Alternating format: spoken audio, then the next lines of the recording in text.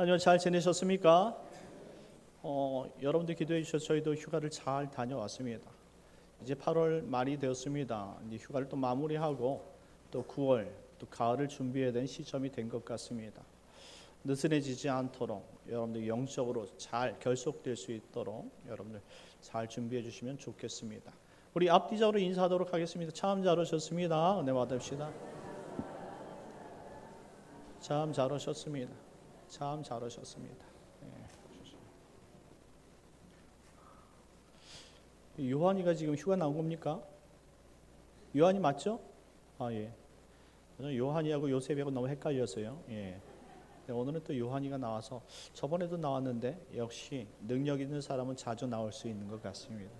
잘 나왔어요. 저는 군 생활하면서 딱 포상휴가 한 번 나왔습니다. 2번 나올 기회가 있었는데 한 번은 복장 불량으로 포상휴가 나오는 그 당일날 잡혀가지고 완전 군장 싸고 돌았어요. 참 그랬는데 이렇게 자주 나오니까 보기 좋습니다. 여튼 무더운 여름이 지나가고 있습니다. 여러분들 여름 잘 나셨으면 좋겠어요. 오늘 본문 말씀을 통해서 주님께서 찾으시는 사람이라는 제목으로 은혜를 나누려고 합니다. 오늘 본문은 예수님께서 예루살렘 성에 입성하신 다음 날 일어난 2가지의 사건의 이야기입니다. 종려주일 백성들의 호산나 외침과 환호성을 들으면서 예수님께서 입성하셨다는 사실을 지난주에 확인했습니다. 그리고 이튿날 오늘 예수님께서 행적은 조금 다른 모습을 보여주고 계십니다. 오늘 우리가 읽었던 본문 12절 말씀에 보니까 예수님과 제자들이 이튿날 베다니에서 나왔을 때에 예수님께서 시장함을 느끼셨다 이렇게 말합니다. 배가 고프셨던 것이죠. 그리고 배가 고프셨기 때문에 한 무화과 나무를 보신 거예요. 무화과 나무. 여러분 무화과 열매를 드셔보셔서 아시겠지만 그 달콤하고 그 다음에 부드러움이 상당히 매력적인 과일인 것 같습니다. 제가 목포에 내려오기 전까지 무화과에 대한 생각이 그렇게 좋지는 않았어요. 서울에서 무화과를 먹을 때면 탐스럽게 생겼는데 맛은 항상 맹맹했어요. 그래서 이 지역을 다닐 때마다 영암 무화과에서 한 망씩 10,000원에 팔았던 것을 휴가철마다 한번 사봤는데 그때마다 역시 맛이 없었던 것을 생각했습니다. 그런데 제가 이제 목포로 이사 오고 나니까 우리 장로님께서 무화과를 그냥 열리자마자 그냥 때때로 가져다 주셨는데 저는 항상 붉은색 무화과만 봤는데 청색 무화과를 갖다 주시는 거예요. 붉은색은 맛이 없었는데 이것도 안 익어 보이는 청색은 얼마나 맛이 없겠습니까? 내심 이거를 다 어떻게 먹나 고민하고 있었는데 한 입 베어무는 순간 생각이 달라졌다 아닙니까? 너무나 맛있는 거예요. 왜 맛이 이렇게 차이가 나는지 생각해 봤어요. 그런데 이유는요. 무화과 따면은 빨리 시들기 때문에 상하기 때문에 한마디로 안 익은 걸 따다가 서울로 다 버린다는 거죠. 근데 너무나 싱싱해 보이고 맛있어 보이는데 실상은 맛이 없더라 이 말입니다. 서울 사람들은 속고 있는 거죠. 이렇게 맛있는 무화과를 한 입 베어물면 계속 먹고 싶은 그 무화과를 항상 맛없는 것처럼 생각할 수밖에 없다는 것입니다. 예수님은 그 당시 그 지역에 있는 무화과 맛을 너무나 잘 알고 있었어요. 그래서 잎이 무성한 그 무화과 나무를 보고 무화과를 열매를 생각하고 다가섰던 것입니다. 그런데 실상은 그러지 못했다는 사실이 오늘 본문 사건의 문제점입니다. 13절 말씀 우리 다 같이 읽겠습니다. 시작. 멀리서 잎사귀 있는 한 무화과 나무를 보시고 혹 그 나무에 무엇이 있을까 하여 가셨더니 가서 보신즉 잎사귀 외에 아무것도 없더라. 이는 무화과의 때가 아님이라. 아멘. 예수님께서는 자신의 시장함을 달래기 위해서 멀리 잎사귀가 풍성한 이 무화과 나무를 보셨어요. 무화과 많이 열렸겠구나 생각하고 무화과 나무에 다가섰는데 실상은 생각과 달리 무화과 잎사귀 외엔 아무것도 없었더라라고 말씀합니다. 자, 그렇다면 그냥 이 무화과 나무는 특별하네라고 생각하면 지나가면 되는 것 아니겠습니까? 그런데 예수님께서는 그냥 지나치시지 않으셨단 말씀입니다. 그리고 이 무화과를 저주하십니다. 아마 제자들은 이런 예수님의 모습에 깜짝 놀랐을 겁니다. 왜냐하면 한 번도 이런 모습을 보여준 적이 없었기 때문입니다. 14절 말씀 다 같이 읽겠습니다. 시작. 예수께서 나무에게 말씀하여 이르시되 이제부터 영원토록 사람이 내게서 열매를 따먹지 못하리라 하시니 제자들이 이를 듣더라. 아멘. 갑작스러운 예수님의 저주의 무화과 나무는 우리가 오늘 본문 읽지 않았지만 20절 말씀에 보니까 뿌리째 말라 죽어 버렸다 이렇게 설명하고 있습니다. 도대체 왜 예수님께서 열매 없는 무화과를 저주하시고 죽여 버리셨느냐 이 말이죠. 단지 시장하시기 때문에 무화과 나무를 저주했다라는 것은 예수님을 알고 있는 사람들에겐 적절한 대답이 아니라는 것을 알 수 있습니다.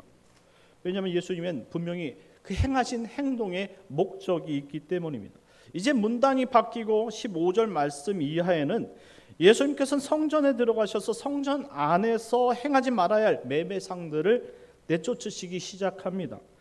요한복음 2장 14절 말씀 이하에 보면 조금 더 구체적으로 나와 있는데 성전 안에 소와 양과 비둘기 파는 사람들과 돈 바꾸는 사람들이 앉아 있는 것을 보시고 노끈으로 채찍을 만들어 양이나 소를 다 성전에서 내쫓으셨다라고 표현하고 있습니다.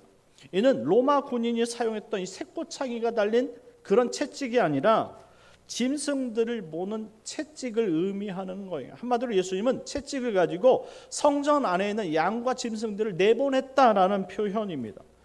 예수님의 행보를 살펴보면 예루살렘 성에 입성하는 첫째 날은 백성들에게 환영과 찬송을 받으시고 입성하셨다면 둘째 날 오늘 본문부터는 마치 각오하고 잘못된 것을 책망하시기 위해 오신 그 모습을 보여주고 있었다라는 말입니다. 원래 우리가 아는 예수님께서는 자비와 사랑의 모델이십니다. 당시 천대받던 어린아이들을 품어주시고 병자들을 하나도 빠짐없이 다 고쳐주시는 분이시며 많은 사람들을 찾아가 위로해 주셨던 분입니다. 수고하고 무거운 짐진 자들아 다 내게로 오라 한없이 품어주시는 그 사랑이 많으신 그분이 우리가 알고 또 2000년 전 제자들이 알고 있었던 예수님이셨다 이 말입니다. 그런데 오늘 본문의 예수님께서는 매우 신경이 날카로운 예수님으로 변장하고 있었다 이 말이죠. 나무를 저주하시고 상을 뒤엎으셨습니다. 그리고 우리가 읽었던 17절 말씀에는 성전을 강도의 소굴이라고 외치기까지 하셨다라는 말씀입니다. 도대체 무엇이 예수님 눈에 그렇게 화를 만들게 하신 걸까요? 오늘 본문을 자세히 이해하기 위해서는 이 이스라엘의 문학 양식을 먼저 이해할 필요가 있습니다. 오늘 우리는 12절부터 19절까지 읽었지만 두 가지 사건을 한꺼번에 읽은 것입니다. 이는 유대인들의 문학 양식 가운데 어떤 문장을 강조하기 위한 표현 양식입니다. 한마디로 문단과 문단 사이에 한 사건을 집어넣는 거예요. 그래서 이것을 샌드위치 문학 구조라고 말합니다. 자, 샌드위치 문학 구조는 이 껍질과 껍질, 빵과 빵 사이에 가장 핵심적인 내용을 담았다라는 것을 표현해주고 있어요. 그러니까 오늘 마가가 강조하고 싶었던 것은 이 12절부터 오늘 우리가 19절까지 읽었지만 20절부터 똑같은 사건에 대한 결론이 담겨져 있어요. 무화과 나무에 대한 이 결론. 한마디로 이 무화과 나무 사건 사이에 성전 정화 사건을 두심으로 말미암아 오늘 예수님께서는 이것이 왜 이와 같은 것인지를 설명하고 싶었다라는 말씀인 것이죠. 그러니까 마가는 우리가 읽은 무화과 나무 사건을 시작으로 그 사이에 성전 사건을 끼워 넣은 뒤 우리가 읽지 않은 20절 말씀을 다시 무화과 나무 이야기로 돌려서 마무리하고 있었다 이 말입니다.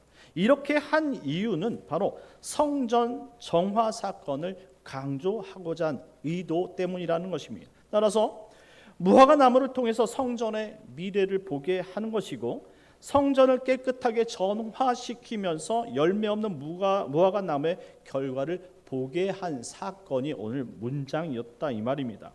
그러니 오늘 본문에 언급된 것처럼 잎은 무성한데 열매가 없는 나무, 사람들로 북적이는데 기도가 없는 성전, 겉모습은 있으나 삶이 없는 것, 이것이 오늘 우리에게 던지는 그 핵심적인 하나의 질문이라는 사실입니다. 그리고 이 질문은 2000년 전 예루살렘 성전에만 머무는 것이 아니란 말씀입니다. 오늘 우리 신앙, 우리 예배와 삶에도 그대로 던져지는 질문이라 말할 수 있습니다. 주님께서 오늘 우리 삶에 오신다면, 우리 예배 현장에 다시 찾아오신다면 과연 무엇을 보시고 무엇을 칭찬할 만한 것인가를 묻고 있다, 이 말씀입니다. 먼저 우리가 읽었던 12절에서 14절까지 무화과 나무 사건을 살펴본다면 예수님께서 시장하신 곳으로 멀리 잎이 무성한 한 무화과 나무를 찾아가셨다라는 거예요. 원래 팔레스타인 이 무화과 나무는 보통 잎이 나기 전에 먼저 작고 신맛이 나는 초기 열매가 맺힌다고 합니다. 제가 무화과 나무에 정확하게 어떻게 자라는지는 알지 못하지만 학자들이 말한 이 팔레스타인의 무화과 나무는 잎이 나기 전에 작은 열매, 신맛이 나서 그것도 먹을 수 있는 열매가 맺힌다라는 것이에요. 그리고 후에 잎이 무성해지면서 본격적인 무화과 풍성이 달리기 시작한다라는 말입니다. 물론 우리가 읽었던 13절 말씀 하반절 말씀에 마가가 이런 표현을 사용했습니다. 무화과의 때가 아니었더라. 한마디로 무화과를 수확하는 이 수확철은 아니었다라는 설명입니다. 그럼에도 그 무화과 나무는 멀리서도 잎이 풍성해졌기 때문에 예수님은 짐작한 거예요. 그 무화과 나무에 작은 무화과, 신맛이 나지만 먹을 수 있는 무화과가 달렸다라는 사실을 예상했다라는 말이에요. 그런데 찾아가 봤는데 그 무화과 잎과는 상관없이 열매가 없었다라는 것이 문제가 됐다라는 말입니다. 잎사귀뿐 그리고 아무것도 얻지 못한 이 무화과 나무에 대해서 예수님께서 화가 났다라는 표현이에요. 이 사건은 단순히 예수님이 배가 고파서 화를 내신 이야기가 아니란 사건입니다. 또한 예수님께서 아무렇게나 자연을 저주하신 것도 아니란 말씀입니다. 구약에서 이 무화과 나무와 포도나무는 차주 이스라엘 백성을 상징하는 이 이미지로 기록되었습니다. 호세아 선지자도 미가 선지자도 예레미야 선지자도 모두 열매 없는 이스라엘 백성들을 책망할 때에 무화과 나무, 포도나무를 빗대어서 설명했다라는 것을 살펴볼 때에 예수님께서 이와 같은 무화과 나무 그리고 또한 포도나무를 언급하시는 것은 그들이 이미 알고 있는 이스라엘 백성에 대한 예언이라는 사실을 알 수가 있습니다. 예수님이 봤을 땐 잎사귀가 무성해서 마치 열매가 많이 달려져 있는 그런 무화과 나무처럼 보이지만 그 열매가 없는, 내실이 없는 그 무화과 나무는 저주를 받을 것이라는 상징적인 메시지가 되는 것입니다. 잎사귀는 무성한데 열매가 없다는 것, 이것이 무엇을 의미하는지 우리는 잘 알고 있습니다. 겉으로 보이는 신앙생활의 모양은 있는데 삶에서 맺는 실제의 신앙의 열매는 없는 상태. 예배당에는 나오지만 삶에는 변화가 없는 것, 신앙의 언어는 유창하지만 사랑과 정직과 겸손과 섬김의 열매는 찾아보기 어려운 것, 직함과 봉사의 경력은 무성한데 그 속에 성령의 열매, 곧 사랑과 희락과 화평과 오래 참음과 자비와 양성과 충성과 온유와 절제는 메말라 있는 것, 이것이 바로 무화과 나무의 사건의 비유인 것이죠. 무화과 나무가 잎을 낸 것 자체는 문제가 될 수 없습니다. 왜냐하면 생명이 있다면 당연하게 잎이 나오기 때문입니다. 그런데 잎이 있으면서 열매가 없다면 그것은 그 나무에 문제가 있다는 신호가 된다는 것이죠. 마찬가지로 우리가 신앙의 모양을 갖추는 것 자체는 절대 잘못된 것이 아니란 말이에요. 여러분 직함을 갖고 그 여러분들 어떤 위치에 서고 내가 기독교인이라고 당연하게 말하는 것은 절대 문제가 아니고 자연스러운 것이다 이 말입니다. 그런데 문제는 그 모양에 맞는 실상, 주님이 찾으시는 열매가 없을 때 문제가 된다라는 이야기입니다. 예수님이 그 나무 앞에 찾으신 것은 화려한 잎이 아니라 단지 때에 따라 당연히 맺히는 열매를 찾으셨던 것입니다. 오늘 예수님이 우리 삶의 나무 앞에 서신다면 무엇을 찾으실지 우리도 한번 진지하게 우리에게 자문해 봐야 될 것입니다. 본문 15절에서 17절까지 말씀을 한번 읽어보도록 하겠습니다. 시작. 그들이 예루살렘에 들어가니라. 예수께서 성전에 들어가사 성전 안에서 매매하는 자들을 내쫓으시며 돈 바꾸는 자들의 상과 비둘기 파는 자들의 의자를 둘러 엎으시며 아무나 물건을 가지고 성전 안으로 지나다님을 허락하지 아니하시고 이에 가르쳐 이르시되 기록된 바 내 집은 만민이 기도하는 집이라 칭함을 받으리라 하지 아니하였느냐. 너희는 강도의 소굴을 만들었도다 하시매. 아멘. 오늘 우리가 읽었던 12절 말씀부터 19절 말씀 그리고 20절 말씀부터 이어지는 것이 수미상관 그 관계, 한마디로 샌드위치 구조의 문학적 양식이고, 오늘 마가가 의도적으로 기록한 것이라면 이 15절에서 17절까지 담겨져 있는 말씀이 핵심이라는 것을 알 수가 있습니다. 예수님은 예루살렘 성전으로 들어가셨습니다. 그리고 그곳에서 매매하는 자들을 발견하신 것이죠. 성전에서 매매가 이루어지고 있는 상황이라는 말입니다. 그런데 이해할 수 있는 부분이 있습니다. 당시 성전이 이방인들에서는 이 성전의 이방인들에서는 순례자들을 위해 여러 편의를 제공하고 있었던 상황입니다. 먼저 로마 화폐로는 당시 성전세를 낼 수 없기 때문에 유대 화폐를 거슬러야 돼요. 그래서 문화로 환전이 필요했고, 먼 길을 찾아온 순례객들, 디아스포라들이죠. 이 사람들이 정말 먼 길을 떠나왔기 때문에 짐승을 가지고 올 수 없어요. 그러니까 특히 가난한 이들이 드리는 이 비둘기라도 구입할 수 있는 곳이 필요했다는 말입니다. 어떤 의미에서는 이 모든 것이 성전 제사를 유지하기 위해 실용적인 장치였다라는 것을 알 수 있습니다. 그러나 이것이 사람들의 일속을 위한 착취 수단이 되었고 돈벌이 수단이 되었기 때문에 예수님께서 그것을 책망하실 수밖에 없었던 겁니다. 무엇인가 잘 만드는 것 같은데 정작 하나님께서 원하시는 진심이 없다 이 말이에요. 예배는 잘 드렸는데 우리 마음속에 정성이 없다 이 말이에요. 믿음이 없다 이 말입니다. 정말 옷은 잘 입고 왔고요, 좀 그럴싸하게 화장도 잘하고 정말 향수도 잘 뿌리고 정말 아름다운 복장으로 예배 자리는 앉았지만 정작 우리 마음엔 예수님을 믿는 그 믿음이 없다면 이것이 문제가 된다라는 말씀입니다. 예수님 당시 성전에는 안나스 대제사장이 만든 제사용품점이 있었습니다. 그곳에 모든 성전 용품들이 있었고, 성전을 찾는 순례객들이 돈만 가지고 오면 무엇이든지 고를 수 있는 백화점과 같은 곳이었습니다. 이곳의 목적은 점점 이 대제사장들과 성전에서 일하는 자들의 보물 창고가 되기 시작했던 것입니다. 환전 수수료는 부풀려졌고, 순례자들이 직접 데려온 짐승들은 다 돌려보내고 새 것을 산다고 주장했어요. 생각해 보세요. 집이 예루살렘이 아닌 사람들은 그 외곽에서 여러분들 짐승을 가지고 준비해서 가지고 옵니다. 여러분들 포장이 되지 않은 그러한 길, 모래가 펄펄 넘쳐나고 바람이 세게 부는 사막과 같은 그 기후에 자신들의 짐승을 가져온다면 과연 먼지가 덮이고 그리고 돌멩이 부족해서 흠집이 나는 것이 당연한 거예요. 성도들이 제사를 드리기 위해서 옷을 깨끗하게 입고 그리고 잘 꾸몄다 할지라도 예루살렘까지 올라오면서 모든 과정 속에서 이 모든 것이 다 흙으로 덮이고 그 다음에 문제가 생길 수밖에 없다 이 말이에요. 이미 하지만 성도가 그렇게 준비하는 것부터 예배는 시작이 되었고 하나님 그것을 기쁘게 받으신다 이 말입니다.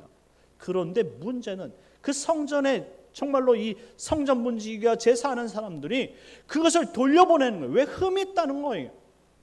그러니 성도들의 수고와 그 마음을 이해해주지 않고 오히려 이 성전에서 판매하는 이 물건들을 사지 않음에 원성이 있는 것이고 화를 내기 시작하는 거예요. 그래서 사람들이 이제 앞으로는 준비해서 예배하러 갈 필요가 없이 돈만 들고 가면 됐던 시대가 된 것이죠. 이게 바로 형식주의입니다. 예전부터 정말 하나님의 원하시는 마음, 잘 정돈된 그 준비된 마음은 이제 사라지고 이제 돈만 가지고 그 자리에 참석하면 그냥 하나님께서 예배를 받으신다고 생각하는 그 모든 사람들의 형식적인 생각이 예배의 판도를 완전히 뒤바꿔 버렸다라는 것이죠. 우리가 드리는 예배가 이와 같지 않은가를 우리가 생각해 볼 필요가 있다 이 말이에요. 그냥 헌금만 내면 우리가 하나님 앞에 드린 예배는 다 드린 것처럼 혹시 생각하고 있지는 않느냐 이 말입니다. 진정한 예배는 오늘을 기억하고 주님께서 주신 이 귀한 시간을 우리가 주님 만나러 간다는 그런 생각을 가지고 정말로 마음을 준비하고 의복을 준비하고 물질을 준비할 때 이걸 정성이라고 말하는 거예요. 예전에 다 이렇게 했는데 이제 편의가 너무나 정말로 좋은 세상이 돼서 이와 같이 수고하는 신앙이 없어졌다 이 말입니다. 다 불편해하고 이와 같은 것들은 다 구시대 거라고 생각하고 다 버리기 시작했다 이 말입니다. 그래서 그냥 헌금만 들고 와서 그냥 헌금만 내면은 당연히 하나님께서 기뻐하시는 예배를 드렸다라고 생각하는 시대가 되었다라는 말입니다. 과연 이런 예배가 하나님이 원하시는 예배겠느냐 이 말입니다. 2000년 전에 이와 같이 잘못된 형식을 만드니까 가난한 이들, 병들고 소외된 이들은 이제 예배하기가 더욱 어려워졌던 거예요. 성전의 문턱을 넘기가 어려워졌다 이 말입니다. 이방인들은 이 뜰 밖에서 자신들이 있어야 될 그 자리도 지금 제사장들이 그 판매하는 물건 때문에 빼앗겨서 그들은 예배를 드리고 싶어도 드릴 수 있는 자리조차도 빼앗겨서 이제 예배할 수 없는 그런 시대가 되고 말았다는 것입니다. 그래서 예수님께서 이와 같은 모든 것들을 보신 후에 이사야서 56장 7절 말씀을 인용하면서 내 집은 만민이 기도하는 집이라고 이 성전의 본질을 외쳤고, 예레미야서 7장 11절 말씀을 인용하면서 너희는 강도의 소굴을 만들었다고 성전의 부패상을 고발했던 것입니다. 강도의 소굴. 강도의 소굴이란 표현은 그 안에서 도둑질이 이루어난다라는 뜻이기보다는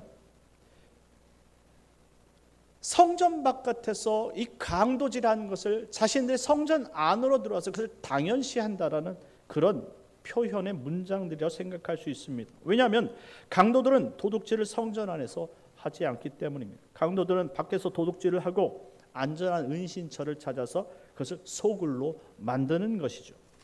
이는 성전에서 일하는 사람들이 성전 밖에서 이방의 뜰에서 도둑질을 시작하고 그 위에 안전한 성전 안 창고로 가지고 들여와 쌓아놓고 자신들의 은신처로 삼고 있다는 표현입니다.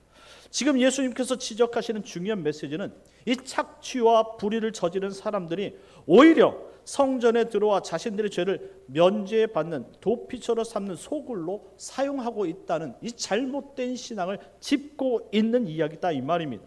삶에서는 이웃에게 못되게 굴고 가난한 자를 무시하고 말씀 없이 살면서도 자신들은 성전에서 제사만 드리면 깨끗하게 용서받을 것처럼 생각하는 이 제사장의 무리들, 다시 말하면 조금 신앙이 있다고 말하고 오래 믿었다 말하는 사람들, 말씀을 안다 하는 사람들이 지금 예수님의 눈에 밟히고 있다 이 말입니다.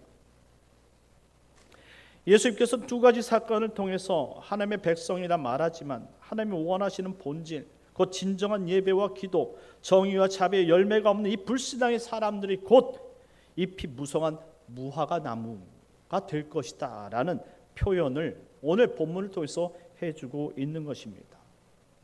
그러니 우리는 깨달아야 되는 것이죠. 18절 말씀 다 같이 읽겠습니다. 18절 시작. 대제사장들과 서기관들이 듣고 예수를 어떻게 죽일까 하고 꾀하니 이는 무리가 다 그의 교훈을 놀랍게 여김으로 그를 두려워함일러라. 아멘. 성전 안에는 이처럼 두 무리가 있었던 거예요. 첫 번째 나온 무리는 대제사장들과 서기관들이 예수를 어떻게 죽일까 하고 고민하는 무리들이었어요. 예수님은 진리십니다. 믿으시기 바랍니다. 그 말씀은 변하지 않는 거예요. 변하지 않는 진리의 말씀이 우리 죄 앞에 떨어지면 고민을 해야 돼요. 우리 죄를 버릴 것인지 아니면 내 죄로 그 진리를 버릴 것인지 두 가지 중에 하나는 선택해야 된다 이 말입니다. 오늘 여러분들도 똑같습니다.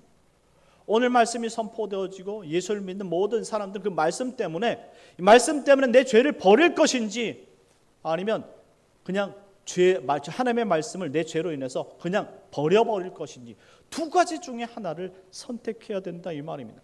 그런데 우리는 예상과 다르게 말씀을 너무나 잘 알고 있는 이 대제사장들과 서기관들이 오히려 진리 되신 그 하나의 말씀을 버려버리고 그 진리를 묵살하고 오히려 예수님을 죽이려고 하는 그 모습을 보게 됩니다. 이게 죄성이라는 거예요. 한마디로 지금까지 여태까지 내가 알아왔던 그 신앙, 그 신념들이 지금 새롭게 우리에게 말씀하시는 그 예수 그리스도의 말씀을 뭉개버리고 있다 이 말이죠. 이것은 우리 삶 가운데 예수님을 오래 믿은 사람들이 나타날 수 있는 지극히 자연스러운 어떤 현상일 수도 있습니다. 내가 과거서부터 내 교회를 벌써 50년 다녀, 40년 다녀. 내가 이렇게 믿어왔던데, 내가 생활을 했는데, 이렇게 신앙생활을 했는데 뭘 귀찮게 새롭게 이렇게 해야 되느냐라고 예수님이 아무리 말씀하셨던 그것을 바꾸지 않으려는 내 나쁜 심보가 오늘 대제사장들과 서기관과 같은 심보라 말씀입니다. 그러니 우리 안에 이와 같이 죄들이 가득하면서 예수님께서 말씀하신 그 진리의 말씀을 받아들일 수 없다면 우리는 대제사장들과 서기관과 같은 사람들이 될 것입니다. 이와 같은 사람들을 하나님께서 좋아하시겠습니까? 처음부터 이들의 신앙이 타락하지 않았을 겁니다. 시간이 지남에 따라 그들이 잘 알고 있는 내용들이 반복되어지고 신앙의 무료함이 느껴지면서 형식적으로 바뀌었던 것입니다. 그러니 오래전부터 믿었던 우리 성도님들은 기억할 것이 있습니다. 예수님께서는 요한계시록 통해서 7교회 보내면서 마지막에 꼭 그렇게 이야기하셨어요. 이기는 자가 생명의 면류관을 받을 것이다, 이렇게 말합니다. 한마디로 오래 참고 인내하지 못한다면 우리 신앙이 과거 수십 년 믿었던 것이 소용이 없다라는 말씀이에요. 과거에는 그렇게 믿었지만 지금 이렇게 변해버린 나는 하나님 앞에 책망을 받을 수도 있다는 사실을 꼭 기억하라는 말씀입니다. 그러니 오늘 진리의 말씀이 우리에게 새롭게 들리거든 그 진리의 말씀을 따라서 우리도 우리의 삶을 내려놓고 주님을 따라야 된다는 사실을 믿으시기 바랍니다. 그러니 주님은 지금 누구를 찾으시겠느냐 이 말입니다. 오늘 본문 읽었던 18절 말씀 하반절 말씀에 보니까 그의 가르침에 놀라워한 사람들이 나타납니다. 이들은 어떤 사람들입니까? 이 놀라워했다라는 그 문장 자체가 미완료형 수동태로 기록이 되어 있어요. 미완료형이라는 것은 이루어지지 않았단 말이에요. 수동태라는 것은 어떤 것에 도전을 받고 그것이 이루어지고 있다라는 표현이에요. 한마디로 예수님께서 그런 거침없는 모습에 자신의 신앙이 잘못됐다라는 것을 안 사람들이 있었다 이 말입니다. 그러니 성전을 정화하고 그리고 무화과 나무를 꾸중시킬 때에 그것이 나의 모습이라는 사실을 보고 깨달은 사람들이 있었다 이 말이에요. 그래서 예수님 말씀이 두려웠던 것이고 그 말씀을 따라 살지 않으면 자신도 언젠가 이와 같이 성전이 무화과 나무처럼 저주를 받게 되는 그 모습을 보게 될 것이라는 사실을 깨달은 사람이 있었다라는 거예요.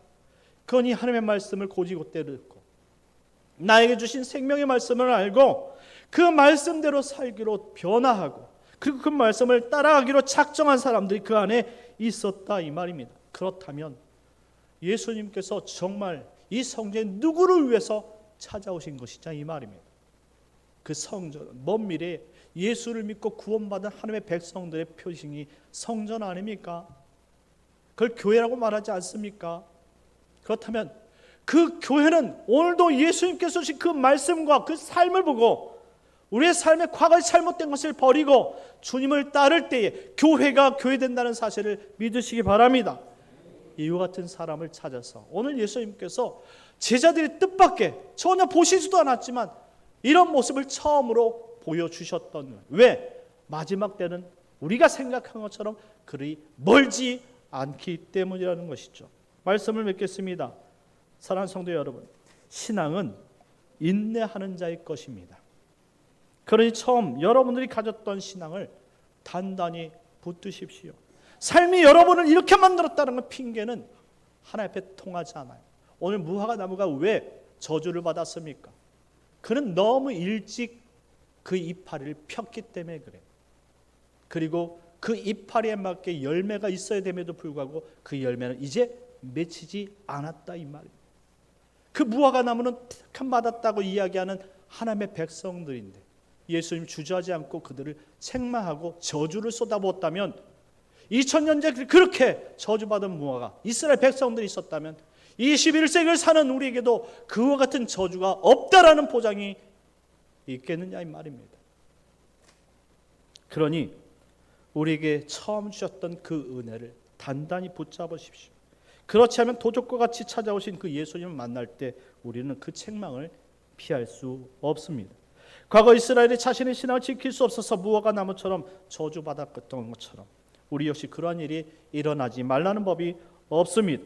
그러니 신앙이 오래되어 지치지 마시고 지금 힘을 내시고 주님을 다시 따를 수 있는 깨끗해진 성전의 모습으로 주님께서 찾아 정말 칭찬할 수밖에 없는 성도의 모습으로 다시 힘을 가지고 살아갈 수 있는 복된 성도님들 되시길 예수님의 이름으로 축원합니다. 우리 시간 다 같이 기도하겠습니다. 기도하실 때 하나님, 우리 삶이 변하지는 않았습니까? 형식주의 매너리즘, 하나님 이처럼 하나님께서 원치고 책망받을 그러한 삶으로 변화되었다면 하나님, 우리를 책망할 때 우리가 다시 깨닫고 주님께서 원하신 그 길로, 신앙의 방법으로, 오직 말씀과 기도로, 예배로 변화되어 주님께 영광이 될 수 있는 그런 주님이 찾으시는 사람이 되게 하여 주옵소서. 우리 주여 한번 내시고 기도하겠습니다. 주여, 하나님 아버지, 우리를 용서하여 주옵소서. 형식주의, 매너리즘에 빠지지 않고 오직 주님께서 살아서 말씀하신 그 말씀을 신실히 받고 주의 말씀을 따라서 믿음으로 살아갈 수 있는 귀한, 성숙하고 또한 아버지 겸손하고 또한 아버지 신실한 성도가 되게 하여 주시옵소서. 잃은 것을 회복하게 하시고 이제 가진 것을 지킬 수 있는 인내하는 신앙을 배우게 하여 주시옵소서. 오 하나님, 은혜 내려 주옵소서. 참 좋으신 하나님, 감사합니다. 하나님, 우리가 어쩌면 2000년 전에 그 무화과 나무처럼 하나님 열매 없는 아버지 나무가 돼 저주받는 사람이 되는지 모릅니다. 하나님, 우리에게 신앙이 정말 나태해지고 형식화되었다면 하나님 아버지, 우리가 그것을 과감하게 버리고 우리에게 주님 말씀을 온전히 따르라고 말씀하신 그 예수님 붙잡고 그 십자가를 향해 우리도 전진해 나갈 수 있도록 은혜 내려 주시옵소서. 이제 무더운 여름이 지나가고 이제 선선한 아버지 가을이 오기를 기다리는 우리들입니다. 하나님, 우리 신앙 새롭게 하시는 그 주님의 말씀을 부여잡고 하나님 더욱더 변화되고 신실하고 아름다운 사명을 붙들고 또다시 오래 참고 인내하며 나갈 수 있도록 은혜 내려 주시옵소서. 예수님의 이름으로 기도드리옵나이다. 아멘.